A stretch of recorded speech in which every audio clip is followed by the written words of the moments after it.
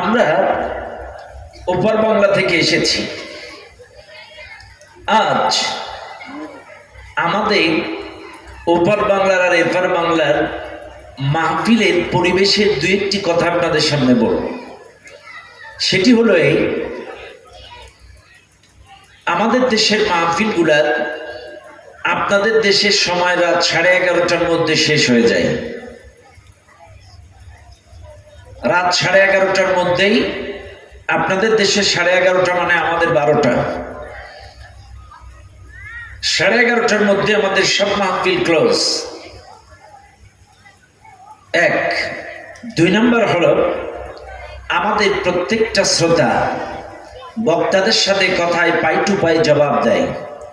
সুবহানাল্লাহ, আলহামদুলিল্লাহ, ঠিকঠাক তারা কথা বলে।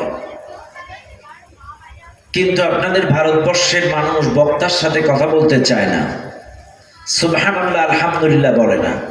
আচ্ছা, আপনারাই বলেন, কোরআনুল কারীমের মাহফিলে এসে সুবহানাল্লাহ আলহামদুলিল্লাহ আল্লাহর নাম উচ্চারণ করলে গুনাহ হয়? আরো জোরে বলেন। জিকির করলে লাভ না লস? আরো জোরে। লাভ।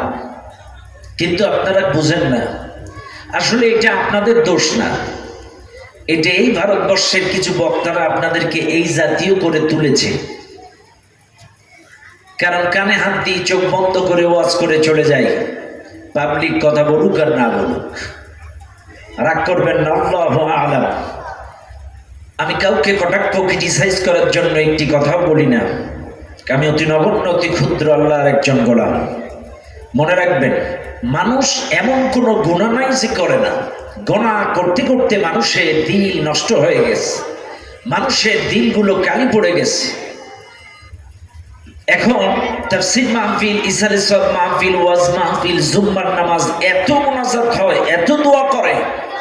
আজকে আমরা মুসলিম, আমাদের চোখের মধ্যে পানি নাই, আমাদের চোখে পানি আসে না, কারণ আমাদের অন্তরটা নষ্ট হয়ে গেছে, আমাদের দিল শক্ত হয়ে গেছে।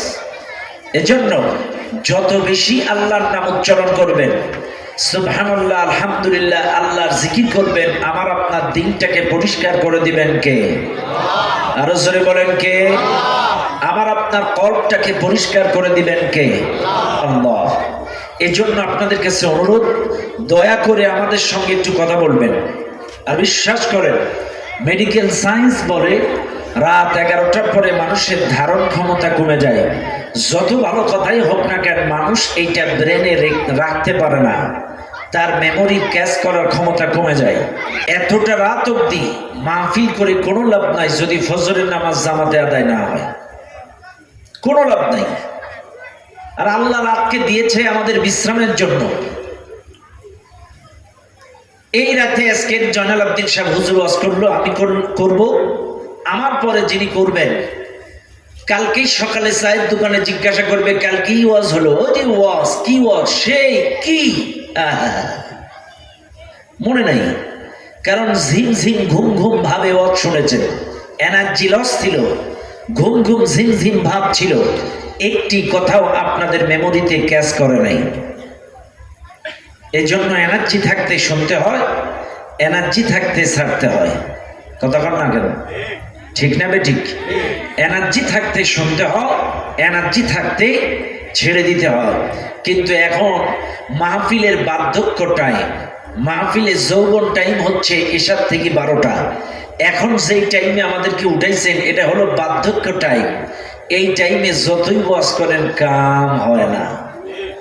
তারপরেও যেহেতু আসছি, আমার একরকম প্রতিশ্রুতি দিয়েছিল যে হুজুর আপনারে 10টায় দিব, কিন্তু আমার দিতে দিতে দিতে দিতে এখন বাজলো প্রায় 12:30টায় আমারে আনছে এখানে।